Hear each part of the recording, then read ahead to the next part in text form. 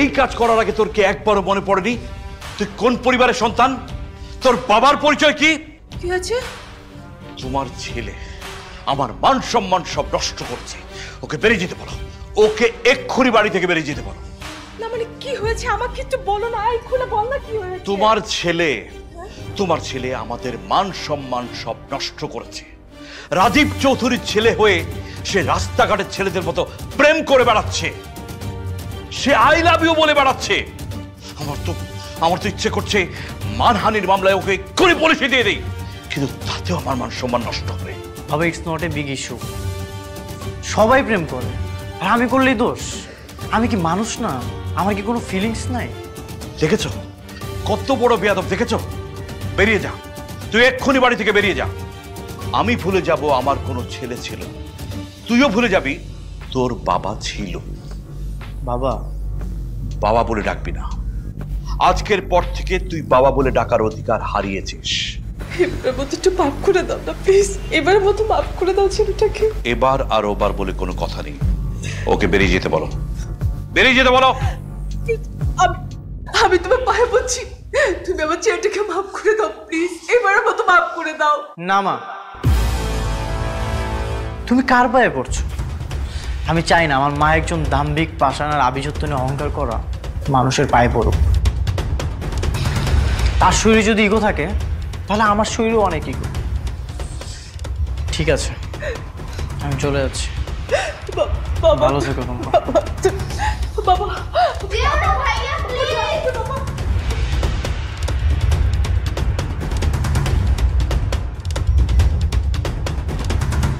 তারপর 2 বছর হয়ে গেছে, এখন আমি ঢাকা যাইনি।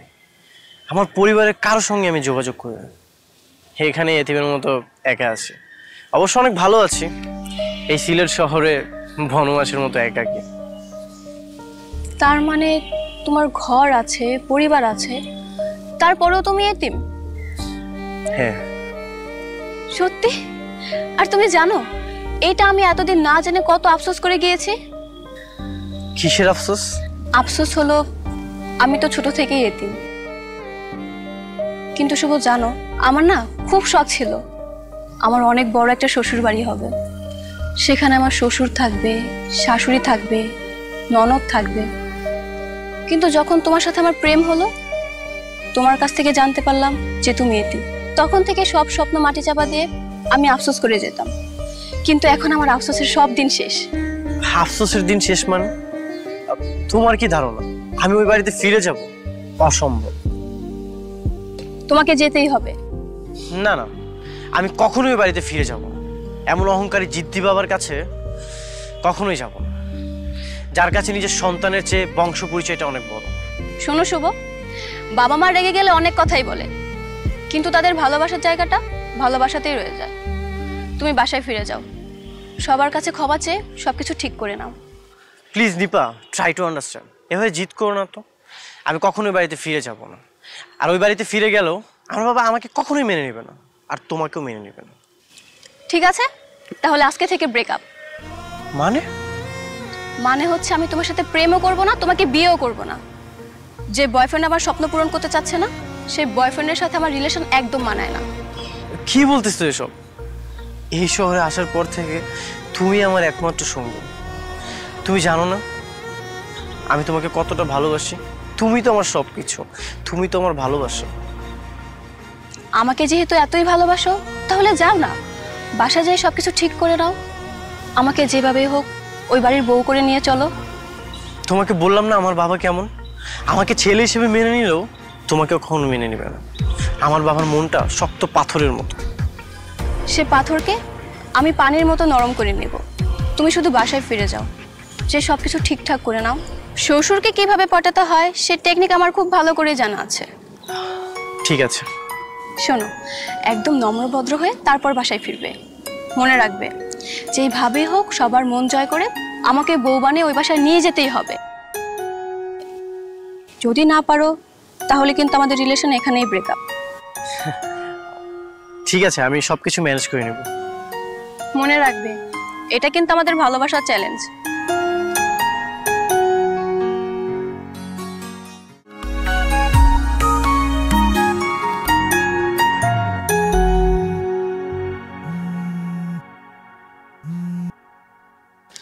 হ্যালো, কে বলছেন? মা, শুভ, বাবা তুই এতদিন পর ফোন করলে মাকে। আমি দুইটা বছর তোর ফোনের জন্য অপেক্ষায় ছিলাম বাবা। মা আমি বাবার উপর রাগ করে আমার সব সিম চেঞ্জ করে ফেলেছি আর ঢাকার বাইরে চলে এসেছি। বাবা তুই ফিরে আয়, বাবা তুই বাড়িতে ফিরে আয়, বাবা ফিরে আয় না বাবা। বাড়ি তো ফিরবই, কিন্তু তোমার ওই অহংকারী স্বামীর কি রাগ কমেছে? আমি এত কিছু বুঝি না বাবা। তুই আসলে তোর বাবার সব রাগ চলে যাবে। আর শোন বাবা, বাবা কোনো মা বাবা তো সন্তানের পর এরকম রাগ করে থাকতে পারে না। বাবা তুই বাসায় ফিরে আয় বাবা। ঠিক আছে মা, কাল সকালে আমি চলে আসবো। আলহামদুলিল্লাহ, আল্লাহ আমার কথা শুনেছে। বাবা, বাবা আমার যে কি আনন্দ হচ্ছে বাবা, আমি তোকে বুঝাতে পারবো না বাবা, আমার কি আনন্দ হচ্ছে। বাবা একটা কথা বলি, এবার তুই আসলে তুই কিন্তু বাবা একটু নম্র সব্র ভদ্র হয়ে চলিস, হ্যাঁ? তাহলে তোর বাবার সাথে আর কোনো কথা হবে না। ঠিক আছে বাবা, কথা দে না মাকে। ঠিক আছে মা, কথা দিলাম, একদম নম্র ভদ্র হয়ে চলবো। তুমি একটু বাবাকে সামনে নিও। হ্যাঁ হ্যাঁ, সেটা আমি সামলাবো বাবা। তুই তাহলে চলে আয় বাবা, কাল দেখা হচ্ছে তোর সাথে।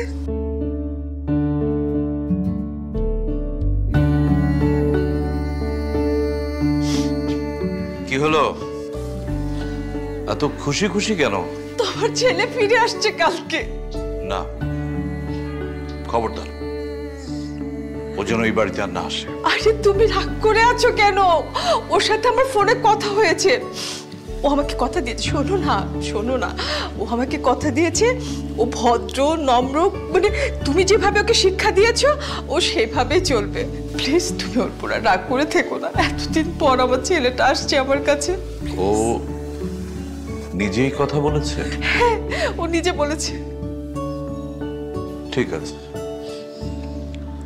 ও যদি নিজের ভুল বুঝতে পারে, আমাদের শিক্ষা দীক্ষা আদর্শ মেনে চলে, তাহলে না হয় এবারের মতো ক্ষমা করে দিলাম।